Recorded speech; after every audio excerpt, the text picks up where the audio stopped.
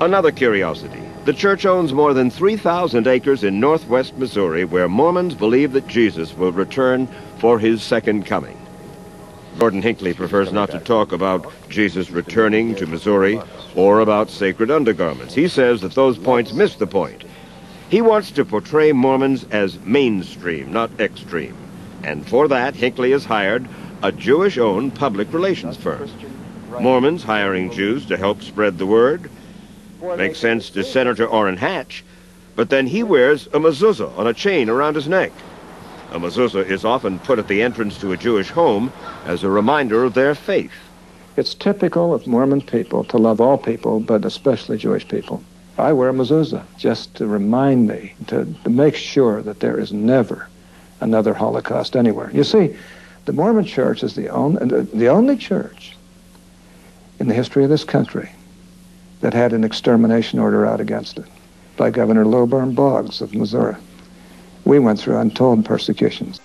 When Smith announced that independence was the site of the Garden of Eden, and that this would be the site of the new Zion, and that God would give this chosen land to his new followers, it didn't sit well with the old settlers in Jackson County.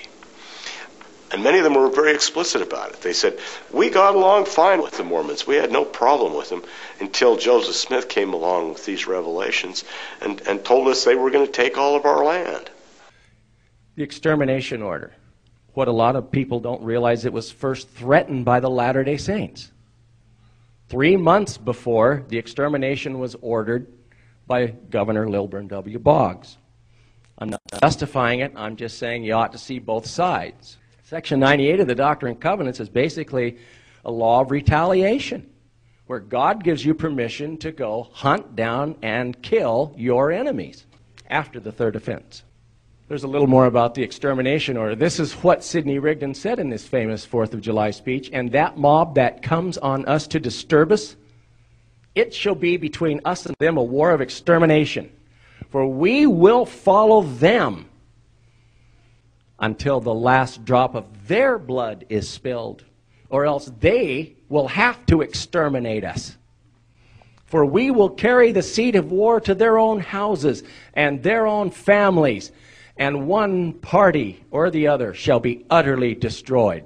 Smith approved of the speech, and it was printed in the Far West, a weekly newspaper, and the church's Elders' Journal. The church had its own War Department. The church, they had a Secretary of War, their prophet and president. And so there's a real militaristic and culture of violence